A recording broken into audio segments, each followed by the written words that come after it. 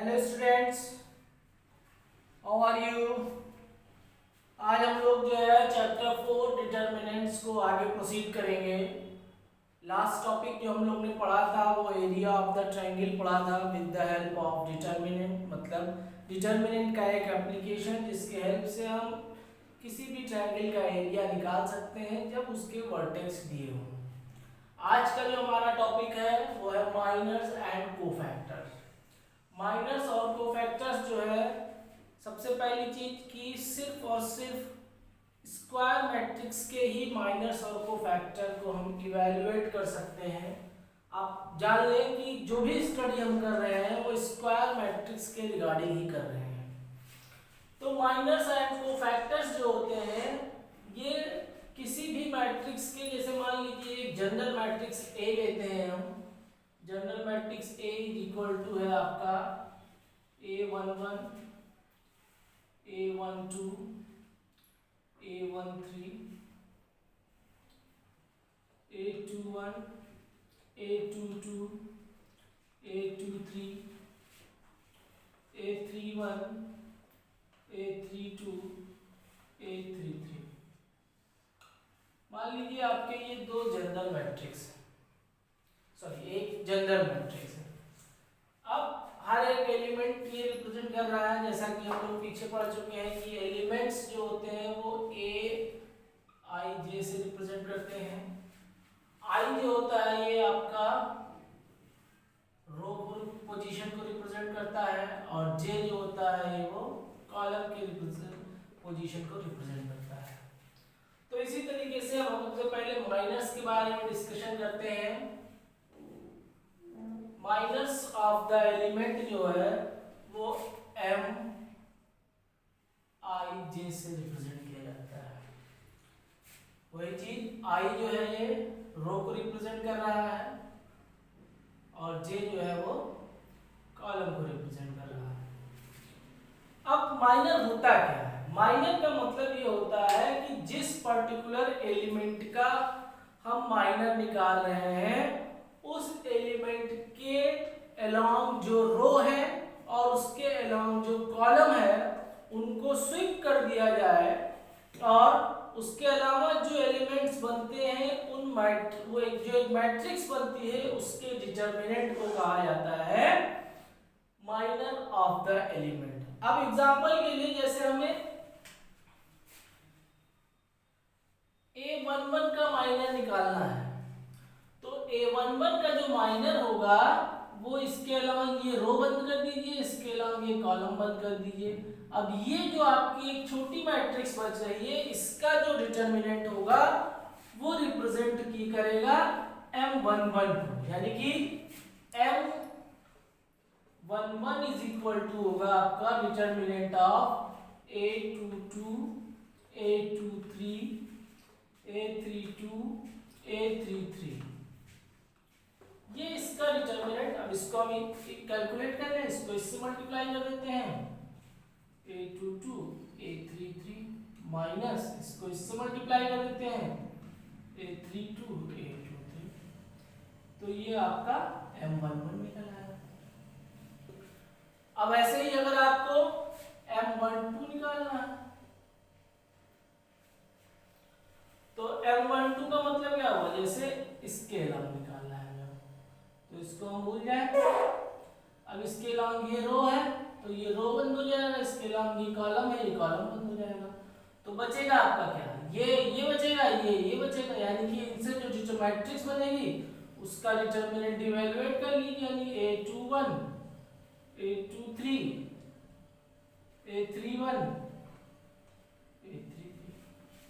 अब ये जो आपकी मैट्रिक्स बनी है इसके डिटर्मिनेंट को इवैल्यूएट कर देंगे तो ये M12 को रिप्रेजेंट करेगा, यानी कि A21, A33 minus A31, A23। ये आपका निकल आया M12, मतलब इस एलिमेंट का माइनर निकल आया।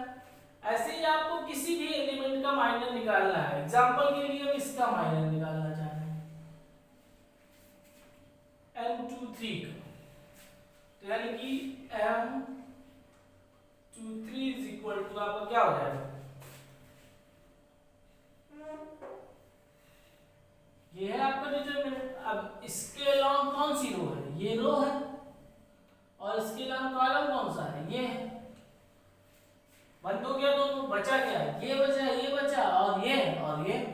यानी कि M23 इज इक्वल टू क्या हो जाएगा? Determinant of A11 A12 A31 A32। बस इसको इवैल्यूएट कर लीजिए। यानी कि A11 into A32 minus A31 into A12, ये आपका M23। तो इस तरीके से किसी भी एलिमेंट का जो है माइनर इवैल्यूएट किया जाता है। फिर से एक बात समझ लीजिए, माइनर का मतलब होता है कि एलिमेंट, जिस पर्टिकुलर एलिमेंट का हम माइनर इवैल्यूएट कर रहे हैं उस एलिमेंट के अलोंग जो रो और जो कॉलम है उसको हम स्विप कर दें। उसके अलावा जो हमारे एलिमेंट्स बचेंगे उनसे जो मैट्रिक्स बनेगी उसका डिटरमिनेंट जो होगा उस पर्टिकुलर एलिमेंट का माइनर होगा। आई बात समझ में? अब हम लोग आते हैं कोफैक्टर। माइनर के बाद आपका आता है कोफैक्टर। कोफैक्टर जो होता है वो एक्चुअली अगर हम माइनर इवैल्यूएट कर लेते हैं तो माइनर के हेल्प से ही कोफैक्टर को इवैल्यूएट किया जाता है। कैसे देखते हैं हम लोग।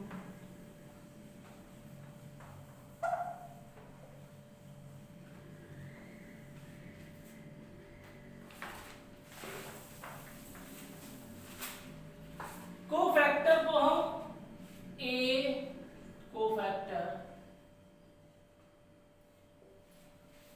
कोफैक्टर को हम AIJ से रिप्रेजेंट करते हैं। AIJ इज इक्वल टू होता है -1 की power I plus J into cofactor minor. मतलब simply cofactor of the element AIJ is equal to होता है -1 की power I plus J into minor. अब यहाँ पे सिर्फ और सिर्फ डिफरेंस क्या आता है? प्लस माइनस का। अब यहाँ पे अगर I प्लस J की वैल्यू जो है ऑड है, इसमें दो कंडीशन है। If I plus J is equal to even है तो उस केस में AIJ इज इक्वल टू आपका MIJ के बराबर होगा। मतलब अगर I प्लस J की वैल्यू जो है इवन है तो माइनर और कोफैक्टर दोनों आपस में इक्वल होंगे। दूसरी सिचुएशन इसकी ये है कि अगर if I plus J is equal to odd, अगर इन दोनों का सम जो है ऑड है तो उस केस में AIJ मतलब कोफैक्टर इज इक्वल टू होता है माइनस ऑफ माइनर। ठीक है, अब देख लेते हैं एग्जांपल कि कैसे ये होता है। जैसे मान लीजिए ये आपका एग्जांपल है M23, तो M23 में I की वैल्यू क्या है? 2 है और J की वैल्यू क्या है? 3 है। तो यानी कि उस केस में A23 इज इक्वल टू -1 की पावर 2 प्लस 3 M23 होगा। यानी कि A23 इज इक्वल टू -1 की पावर 5 M23। अब -1 की पावर 5 इज इक्वल टू होगा -1, यानी कि इसकी वैल्यू आ जाएगी -1 इंटू M23। यानी कि सिंपली इसको हम लिख सकते हैं -M23। तो यहाँ पे हमने क्या देखा कि I प्लस J की वैल्यू जो है 2 प्लस 3 यानी कि 5 एक ऑड नंबर है, तो कोफैक्टर ऑफ A23 जो हो जाएगा वो माइनस ऑफ माइनर हो जाएगा। माइनर की जो भी वैल्यू थी उससे माइनस हो जाएगा। अब यही अगर ऑड के बजाय इवन होता, जैसे कि मान लेते हैं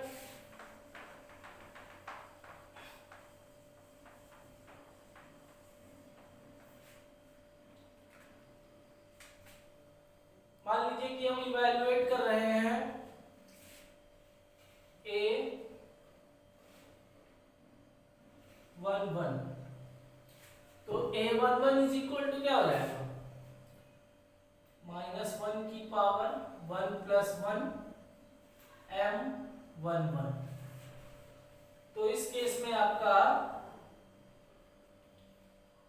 -1 की पावर 2 m11 हो जाएगा, और -1 की पावर 2 का मतलब क्या हुआ, +1 इंटू m11, यानी कि इज इक्वल टू m11। यानी कि हमने क्या देखा, a11 की वैल्यू जो है वो m11 के बराबर हो गई है। तो सिंपली यहाँ पे i + j की का जो सम था, यानी कि 1 + 1 क्या आया 2, ये एक इवन नंबर है।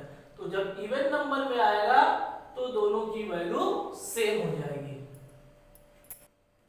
अब आइए हम लोग एनसीईआरटी का एग्जांपल नंबर 22 देखते हैं, उसके हेल्प से माइनर और कोफैक्टर को सॉल्व करते हैं। एग्जांपल 22 दिया हुआ है, find the minors and cofactor of the elements of the determinant.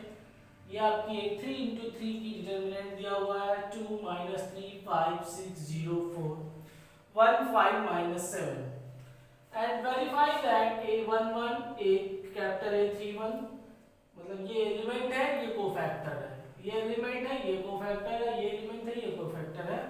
Verify करना है कि इनकी वैल्यू जो होगी वो 0 होगी। तो ये तो लास्ट स्टेप है हमारा, पहले हम इनका माइनर और कोफैक्टर निकालते हैं। तो जैसे m11 जो हो जाएगा, ये आपका बंद हो गया, यानी कि 0 × -7 - 5 × 4 इज इक्वल टू, ये 0 हो जाएगा, 5 × 4 माइनस में ये 20 हो गया। उसके बाद m21 1 2 निकालेंगे, तो 1 2 निकालने के लिए आपका जो है ये बंद हो जाएगा और ये बंद हो जाएगा। तो क्या क्या बचेगा, 6 × 7 6 × -7 -1 ×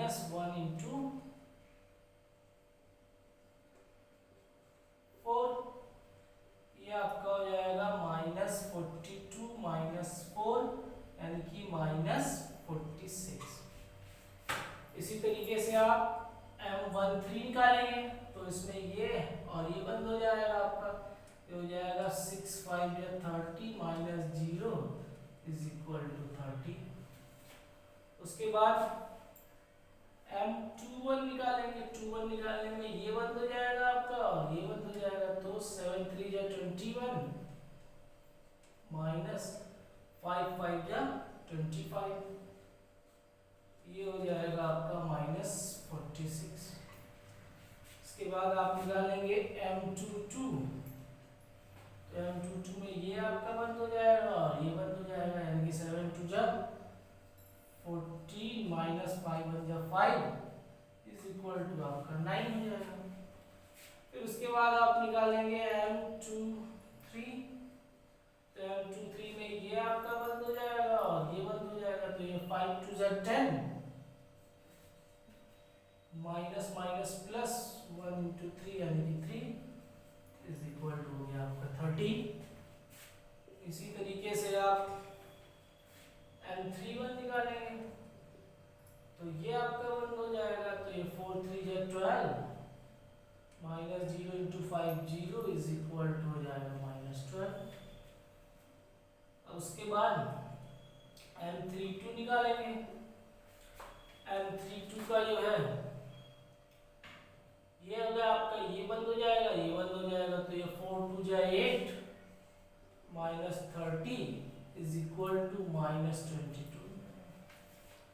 उसके बाद m33 निकालेंगे, m33 में ये आपका बंद हो जाएगा, ये 0 + 18 इज इक्वल टू हो जाएगा 18। तो बच्चों ये तो आपका माइनर निकल आया। अब माइनर निकालने के बाद जो है हमें कोफैक्टर निकालना है। तो कोफैक्टर जैसे हमें निकालना है a11 a12 a13 a21 a22 a23 a31 a32 a33 ये निकालना है हमें। तो यहाँ पे क्या देख रहे हैं पहले देखो, इसके दो तरीके हैं। एक तो आप ये आई और जे को जोड़ के करते चले जाइए, और चाहे जो है अल्टरनेटली पहला प्लस लीजिए, उसके बाद माइनस, फिर प्लस, फिर माइनस, फिर प्लस, फिर माइनस, फिर प्लस, फिर माइनस, फिर प्लस, इस तरीके से कर दीजिए। यानी कि a11 इज इक्वल टू हो जाएगा am11 यानी कि a माइनस 20 एम कर दिया होगा। फिर a12 इज इक्वल टू जाएगा माइनस m12 यानी कि ये आपका जो है माइनस से मल्टीप्लाई करेंगे तो ये प्लस 46 हो जाएगा। a13 मतलब m13 जो है आपका 30 है तो ये एज इट इज रह जाएगा। फिर a21 आपका जो है माइनस 46 है, ये माइनस में मल्टीप्लाई होगा तो ये प्लस 46 हो जाएगा। a22 आपका जो है वो m22 बराबर होगा, m22 जो है आपका 9 है तो ये भी 9 हो जाएगा। a23 जो है माइनस m23 रहेगा तो माइनस m23 यानी कि माइनस 30 हो जाएगा। इसी तरीके से a31 जो है वो m31 के बराबर होगा, m31 आपका माइनस 12 है तो ये भी आपका माइनस 12 हो जाएगा। m32 जो है वो माइनस m32 के बराबर होगा तो यानी कि माइनस 22 को मल्टीप्लाई कर देंगे तो प्लस 22 हो जाएगा। ऐसे ही a33 जो है आपका वो m33 के बराबर होगा, m33 की वैल्यू 18 है तो इसकी वैल्यू भी 18 हो जाएगी। मतलब plus minus plus minus plus minus plus minus plus, alternately जो है आप प्लस माइनस करते चले जाइए।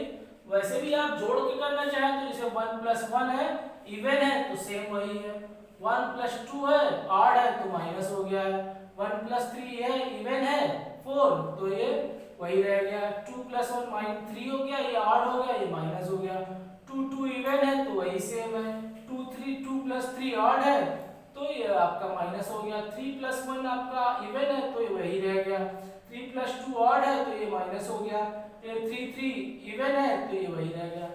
ये आपका माइनर निकल आया और ये कोफैक्टर निकल आया। अब उसके बाद वेरिफिकेशन के लिए ये लास्ट वाला हम करते हैं। इस लास्ट वाले में कहा है इसने a11 की वैल्यू क्या है 2 इंटू a31 की वैल्यू क्या है -12 इंटू -12 प्लस a12 की वैल्यू क्या है -3 इंटू a32 की वैल्यू क्या है 22 प्लस a13 की वैल्यू क्या है 5, a33 की वैल्यू क्या है 18। अब ये हो जाएगा -24 -3 2 6 3 2 6 और ये आपका हो जाएगा 90। इसको ऐड करेंगे तो ये -90 प्लस 90, ये आपका कट गया 0 आ गया और हमें लाना क्या था 0 लाना था। तो इस तरीके से ये वेरीफाई हो गया। तो इस तरीके से क्वेश्चंस आ सकते हैं, आपको माइनस निकालने होंगे, कोफैक्टर्स निकालने होंगे, फिर इस टाइप का एक वेरिफिकेशन दिया होगा तो ये सॉल्व किया जा सकता है। अब बच्चों इसके बेसिस पे आपको जो है एक्सरसाइज 4.4 सॉल्व करना है एनसीईआरटी का। Thank you class.